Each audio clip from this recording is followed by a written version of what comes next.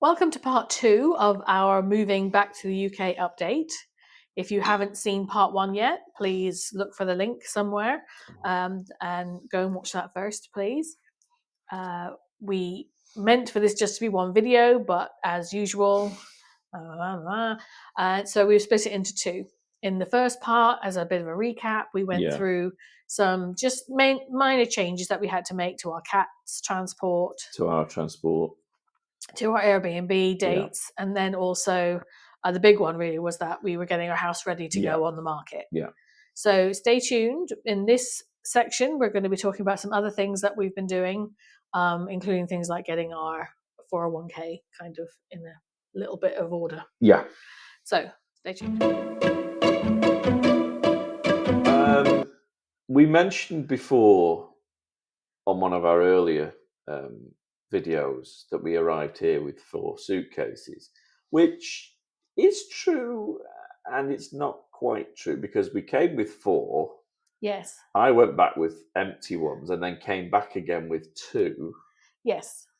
And then later my dad brought. Did my dad bring some stuff, or was it just your mum that brought? My mum and dad came over. Yeah.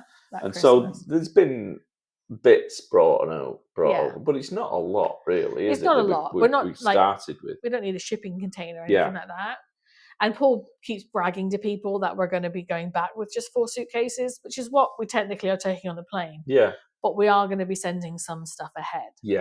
So as I said, nothing like furniture, nothing big and bulky, because we don't even know what we're going to get property-wise. And furniture over here is a lot bigger than houses. Very large, So we're just talking about sending across like things like, I have a special blanket that my mum made, winter clothes, some shoes, things that are bulkier items that are no longer needed because the seasons have changed. Mugs, not this mug. No, please, some mugs.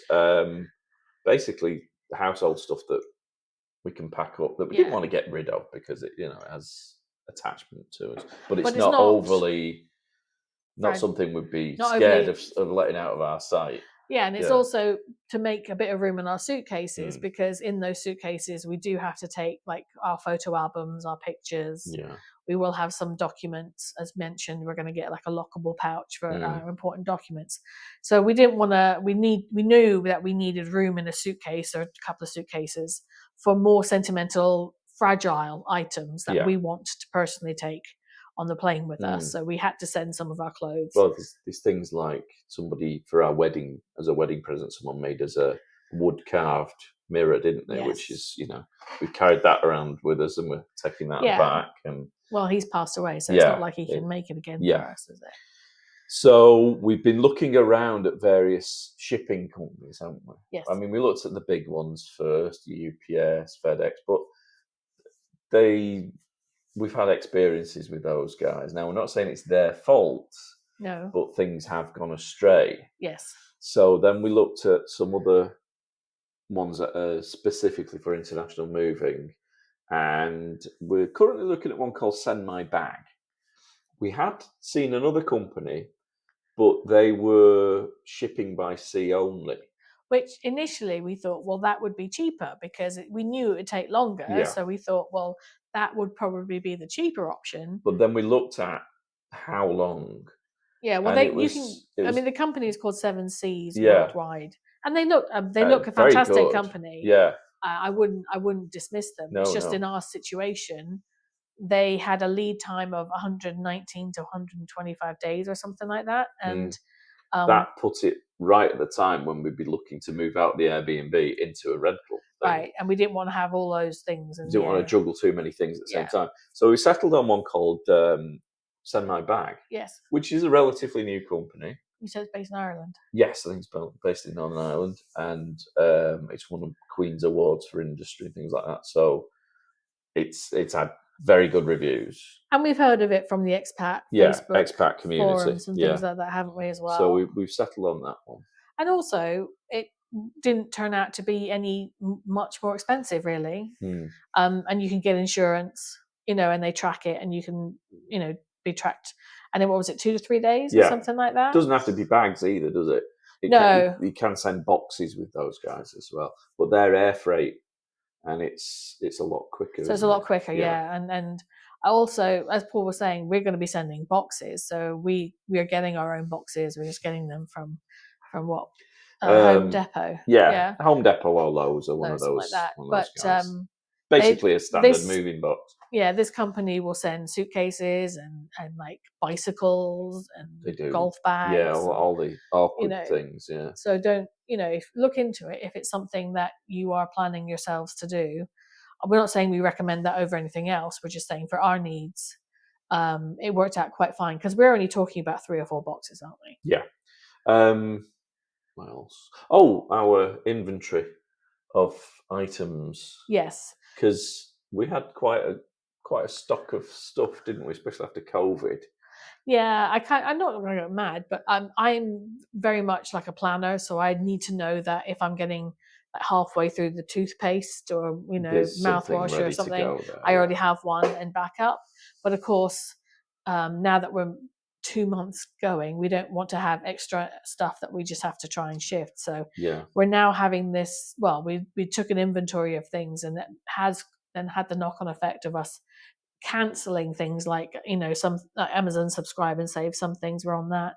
I have mentioned in other videos that we use something called Grove Collaborative because it is it's a website company that only sells ethical and environmentally sustainable products. Like they do all that research, so you don't have to stress about it.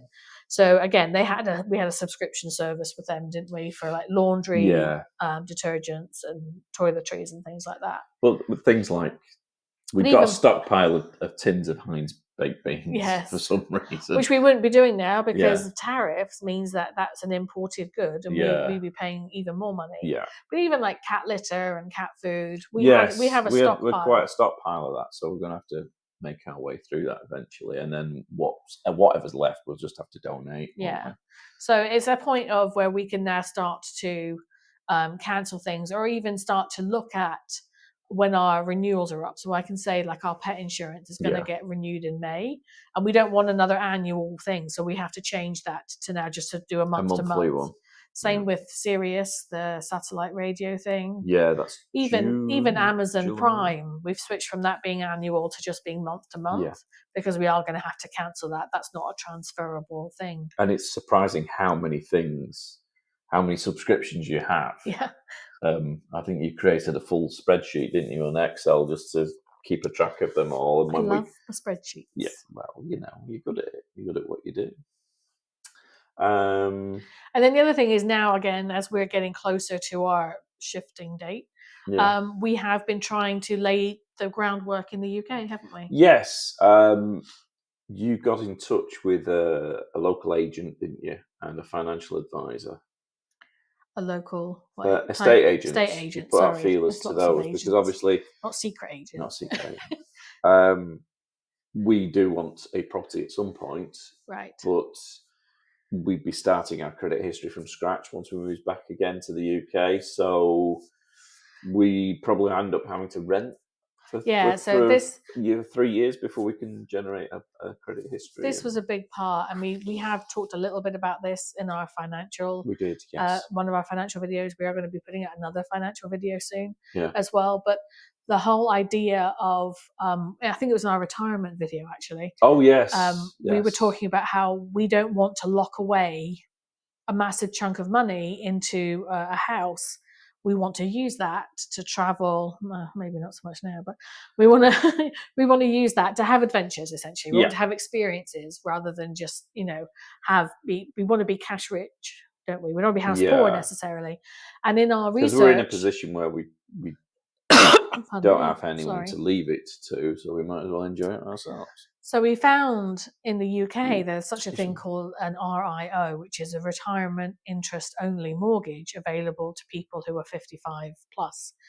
And that means that you will put a certain amount in, I guess like a down payment. Some of these companies, I think you said Halifax was one of them, was it? Or was it Skipton? I can't remember. Anyway, I can't remember. There's one company that I looked at called Livemore, which is a bit, again, if you're interested, send me a little note and I will talk to you about it.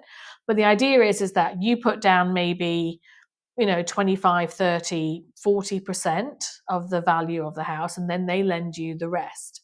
But then you only pay the interest on that loan. And once you are gone, like you're dead, you and your spouse are gone or moved into a care home or something like that, only then do the company recoup their initial loan back again. So it's not like an equity release, but it's of a similar kind of idea to make you but it's give not you cash. You're not putting all your money into your house. Right. Yes. And the Live More, or maybe Live More, I might be saying that wrong.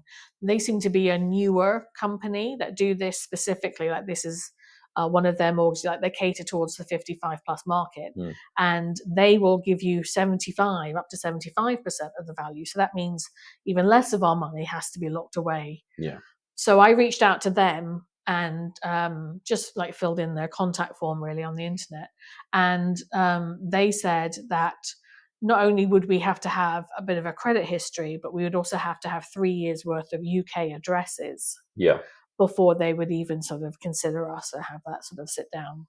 So that cemented that we needed. Points us in the direction of renting for at least 3 years. Yeah. So then that prompted us to reach out to the estate agent, as you said, to see if there's anything that we may need to sort of get in place, or documentation or anything that we needed to do whilst we're here, so we could get a rental straight away.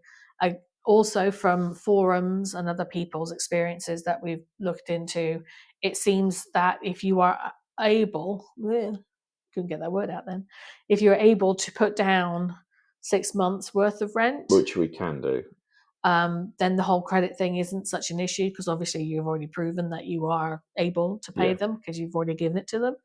I think it's one of these things you have to be wary of, because they are not supposed to be able to, the landlords, should I say, can't demand that of you. They can't ask you to do that, but you can offer it. Yeah. Yeah. Yeah, as a sign of, as a good faith thing, isn't it? So the agent that spoke to us, he seems to think that, because we're landing in June, we also have the Airbnb for a little while, that we should really not start looking until maybe the end of May and start of June. For a longer term rental. Like it's too early, essentially, is what he's saying right now. And we were slightly worried about pets, being a pet owner, how that would affect rentals, because when we were living in the UK, we were renting before, weren't we? And we had to pay a deposit for the cat we had then. Yeah.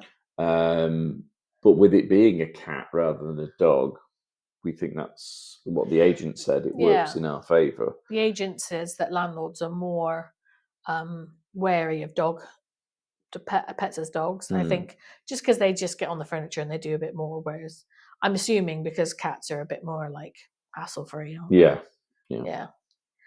So even though we've got the Airbnb booked for 3 months, we've only paid for the first month, and then we have other payments throughout. So it may be that if we can get a rental quicker, then we don't have to have the Airbnb as long. But the idea is to try, not that we don't want to be in the Airbnb. It looks very nice, doesn't it? Nice, yeah. It's more that because we do have to now establish a credit history, we need to start paying bills and things. Yeah.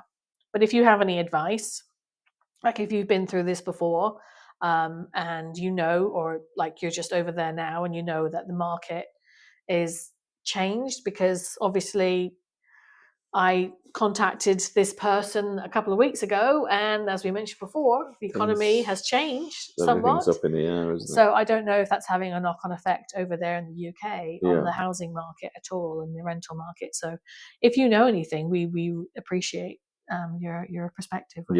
So that's where things are at the minute with our moving update. Actually, no, we just did one more thing today. What did we do? We're going to be meeting with our Fidelity. Oh, yes, because of our... Well, this is more to do with the financial thing, which we've probably explained in the retirement video, but we've got that sorted out this week. So, to sort out our American pensions and how we can change them. It's complicated. We'll tell you in another video. We're hopefully setting that ball rolling by setting up the accounts. But yes, we will talk about that. We do have a big video coming up. We're calling Essential Money Matters. Just so that if you are starting this process, which again, with the current climate over here in the US, more people might be thinking of returning to the UK. I don't know. But it might be helpful to you to understand like what the money, what type of accounts to think about, and also the tax, because the tax situation can get a bit complicated, can't it? Yeah. If you're an expat living here and you're thinking about moving back to the UK, it's not as complicated as moving here in the first place, having to get your green card or your citizenship or whatever. But there are still other things you have to take into consideration that you probably wouldn't think about before, unless you're a person that's moving all the time because of your job. Then you'd be aware of these things. But if you came here and you settled here for a bit and now want to go back, there's things that we'll talk about later to do with customs and all that. Not customs. I mean customs and excise customs. Yes, HMRC. I think he's talking. But we'll talk about that in the next one. Just say be prepared for lots of acronyms in that video. Oh God, yeah. We'll explain it though. I hope so. I'm lost. So I'm sorry it's been a while since we've updated, but yes, things kind of just all fell into our lap a bit sooner than expected. Yeah. So thank you for sticking with us so far. It's empty. Oh, I've got a little bit left. Oh, right. Well, I need a new brew. So we just want to say, if you have any advice for us, or if you are thinking of a big international move, please use us as a resource. We have, as we said, been planning this for 2 years. We don't know everything, but we know a decent amount now. Or again, if you're someone that's already done this and you can tell us pitfalls that we might have missed, please let us know before we make a faux pas. Yes. So yes, I think because we are a bit knackered, we worked really hard. Yes. I think we deserve some special biscuits now. I think we do. So we shall say goodbye for now. Yes. Take care. Bye for now. See you next time. Yes.